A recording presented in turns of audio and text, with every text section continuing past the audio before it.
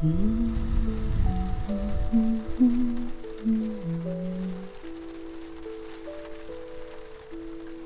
art of living through crisis.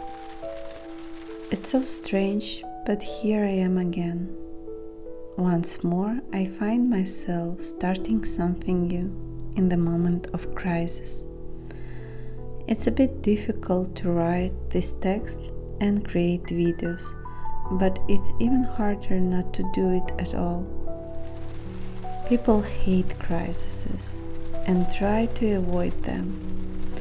I'm not a fan of crises neither, but my whole life shows that I have created my best work during the most challenging moments. A couple of months ago, I completed an important phase of my life, and I am now beginning a new one. I finished a phase that lacked meaning for me, and now I'm packing my bags, taking my team with me, and heading to the mountains in a search of new meanings.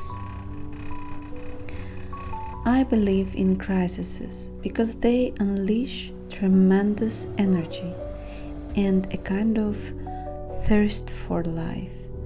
Don't get me wrong, I'm not masochist. I don't think one should deliberately seek difficulties in life. But life is a complex structure. Things are constantly happening within it. And this essence of life, in my observation, does not like static state for too long. Everything living is perpetual motion, and as soon as it stops growing and changing, it begins to die and degrade. It's like entropy, decay, and the lack of meaning. And we are part of this complex structure called life, which from time to time stir its depth, shaking off the dust of limitation and stagnation from us.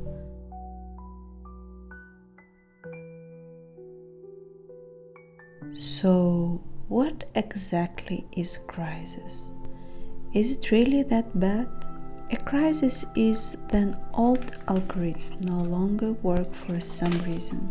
It could be due to external circumstances and the upheavals of life or internal disruptions. But something happens and breaks the system. And this is definitely not necessarily something bad or negative. Here too there is a certain distortion of perception, as if crisis is something bad. Often happy changes shock us no less than tragic ones. The ancient Chinese believed that any exalted emotion disrupts the harmony of the energy balance in person's system. And even experiencing great joy can disrupt the usual order of things. Then the system begins to look for new forms of stabilization.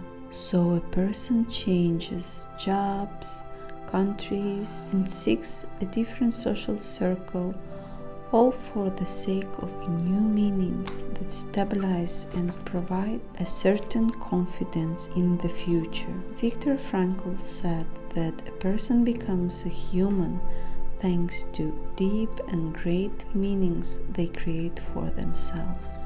So, how do you get out of the crisis? How do you find these meanings? I can only share my recipe. First, normalize your condition. It happens and that's okay. You're okay, you're not broken. There is nothing to save, fix, or redo.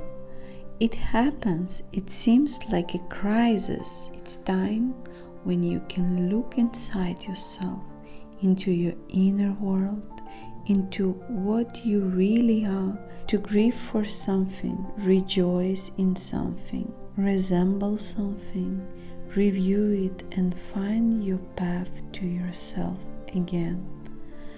This happens. It happens and it's normal.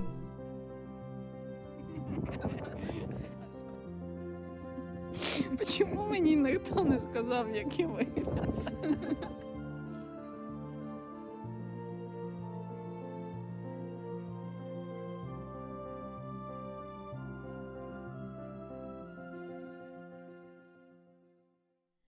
Second, find your stabilization points. What are they? Stabilization points are like islands of grounding.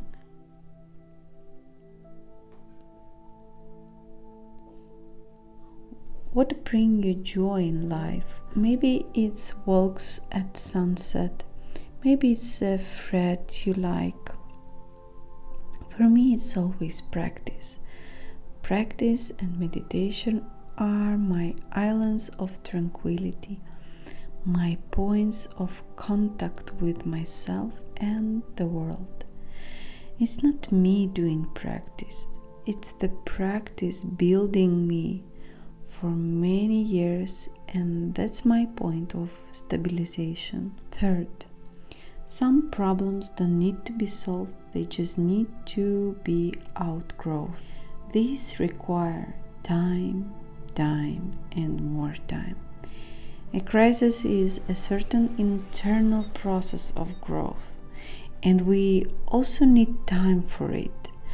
It's very useful to simply agree with yourself on a certain amount of time you can give yourself, even if it seems like you don't have any time at all. Believe me, it's better to make an agreement and still give yourself some Дівчатки, time. як вам санаторний вайб? Огонь.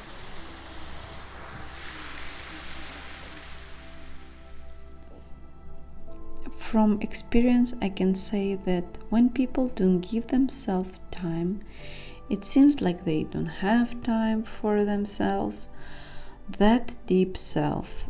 From my experience, I can say that when people don't give themselves this time, that deep self, the core of who you truly are, will take this time one way or another.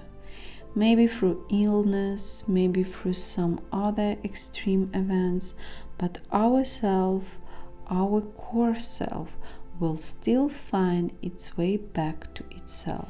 And very often this path, due to our stubbornness and unwillingness to look within, can turn out to be quite extreme. Мне кажется, сейчас такая гроза начнется, посмотрите.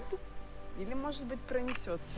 So believe me, if you are already in crisis, it's better to give yourself time for this crisis. Містер Лінч?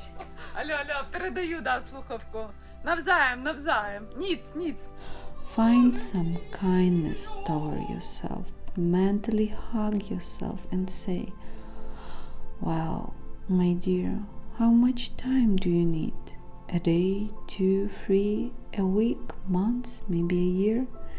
This happens when crisis involves major tragic upheavals. People want to deceive the nature of their psyche, but unfortunately, this is impossible. Certain processes of regeneration, recovery, restoring contact with oneself, and restoring health require time. So give yourself this time. Creating new meanings. Creating new meanings is a separate topic and separate kind of art. Today we focused on the art of experiencing a crisis. Let me know in the comments if you want me to tell you more about the art of creating new meanings and rethinking old ones as well. The only thing I can say is that creating new meanings often comes down to the idea that meaning exists outside of you. But the truth is that all meanings deeply reside within us. And the more we get to know ourselves, the more we uncover important and deep and fundamental meanings for ourselves. Thank you for being with me in this journey. Let me know if you liked this video in comments. It will inspire me to make more videos like this for you. It was me, Sasha Gadyaeva, your soul therapist. Bye.